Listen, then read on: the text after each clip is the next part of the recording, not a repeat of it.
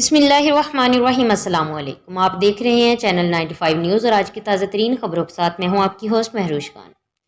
مملکت میں سفری پابندیاں اٹھائے جانے کے بعد بڑی تعداد میں بیرون ملک پھنسے سعودی شہریوں اور تارکین وطن نے مملکت واپسی کی کوشش میں ٹکٹس بکنگ کے لیے ٹریول ایجنٹس کے دفتر سے رجوع کیا ہے۔ خیال رہے کہ سعودی عرب میں 2 ہفتوں کے لیے بین الاقوامی مسافروں کے داخلے پر پابندی عائد رہی اور اس دوران فضائی، زمینی اور بحری راستوں سے مملکت میں داخلے کی اجازت نہیں دی گئی۔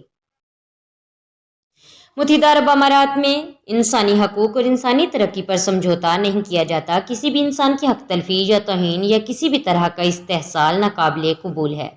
کوئی بھی شخص جو امارات میں تشدد کرتے پایا گیا تو اسے 6 ماہ جیل اور 5000 درہم کا جرمانہ ہوگا۔ اس ایکٹ میں جسمانی، جذباتی، جنسی اور معاشی زیادتی شامل ہے۔ افریقی ملک ایتھوپیا میں اماراتی سفارتخانہ بڑی تباہی سے بچ گیا ہے۔ ایتھوپیائی حکام نے دارالحکومت ادیس ابابا میں UAE کی سفارتخانے پر تخریب کاری کے منصوبے کو ناکام بنا دیا ہے اور دہشت گردی کا یہ منصوبہ تیار کرنے والے 15 افراد کو گرفتار کر لیا ہے، جن کا تعلق ایک دہشت گرد تنظیم سے بتایا جا رہا ہے۔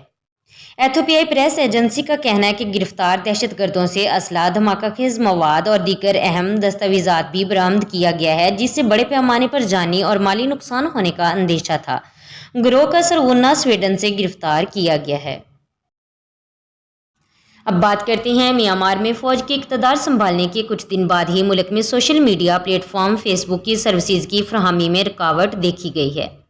میانمار کی فوج کی طرف سے ملک کا کنٹرول سنبھالنے اور برسر اقتدار جماعت نیشنل لیگ آف ڈیموکریسی کی رہنما آنگ سان سوچی اور دیگر رہنماؤں کو حراست میں لیا گیا ہے۔ میانمار کے عوام نے اس اقدام کی مخالفت کے لیے سوشل میڈیا کا سہارا لیا اور خاص طور پر فیس بک پر سول نافرمانی کے حوالے سے منصوبے شیئر کیے۔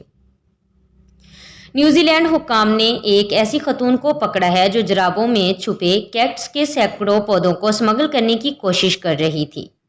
انہوں نے اپنے جسم کے ساتھ کیکٹس کے پودے باندھ رکھے تھے۔ سیکیورٹی کے سخت قوانین کی خلاف ورزی کا جرم اس وقت ثابت ہو گیا جب وہ مارچ 2019 میں چین سے خفیہ طریقے سے پودے اسمگل کر کے لا رہی تھیں۔